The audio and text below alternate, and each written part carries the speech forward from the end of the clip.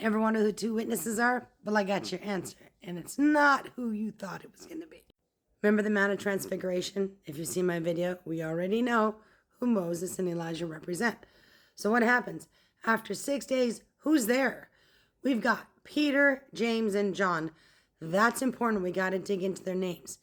And then you got Moses and Elijah, who are transfigured.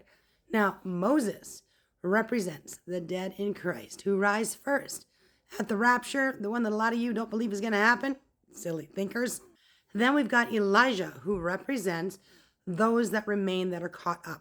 Okay, so my brother's dad had an argument saying, well, we're only appointed to die once, which you can find in Hebrews 9.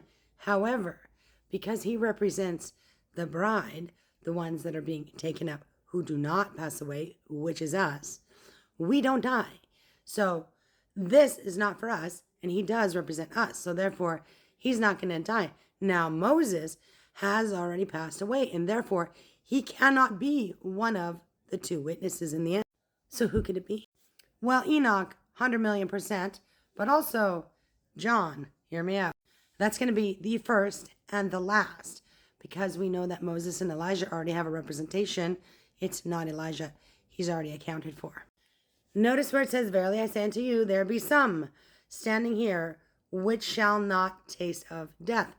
Out of the 12 apostles, we know how 11 of them passed away, but there's only speculation that just John would have, passed from old age, but he didn't.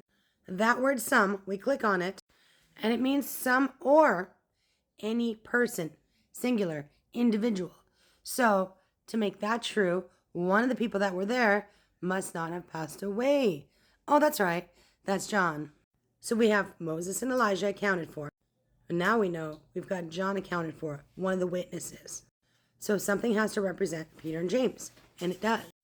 But by the way, remembering John was already taken up to heaven, it should not surprise you that he would be one of the witnesses. Enoch's the first, John's the last, the first and the last. You get it? The two witnesses. Back to Peter and James. What does Peter mean? Peter means a rock. Who's the rock? That is the church. So Peter is representing the church, and James. We click on James's name, and it means Jacobus. We need to find out what's the origin of Jacobus. You find that we get Jacob. Who's Jacob? Israel. Yeah. Clicking through from Jacob's name, the origin of that, and you get heel catcher. Remember, that's how he got his name. Remember, he grabbed Esau's heel. That's why they named him Jacob. Clicking through the origin of that word, straight up you get a heel. Also, a track or the rear of an army. Interesting. So James is a representation of Israel. And remember, the tree of life and the end times. Israel is going to go out for the healing of nations. So we have a representation of Israel. The church is the 12 fruit that are on the tree of life in the book of Revelation. So James representing Israel, Jacob, you see, and I will put enmity between thee and the woman, and between thy seed and her seed. It shall bruise thy head, and thou shalt bruise his heel. You get it? So the two witnesses are Enoch and John. And then Peter's representing the church, James is representing Israel, and Moses represents the dead in Christ who rise first, Elijah representing the bride. And the Mount of Transfiguration, the whole butterfly, the veil, you guys have seen in the playlist. If you haven't, go check it to get a deeper understanding of it. But, right.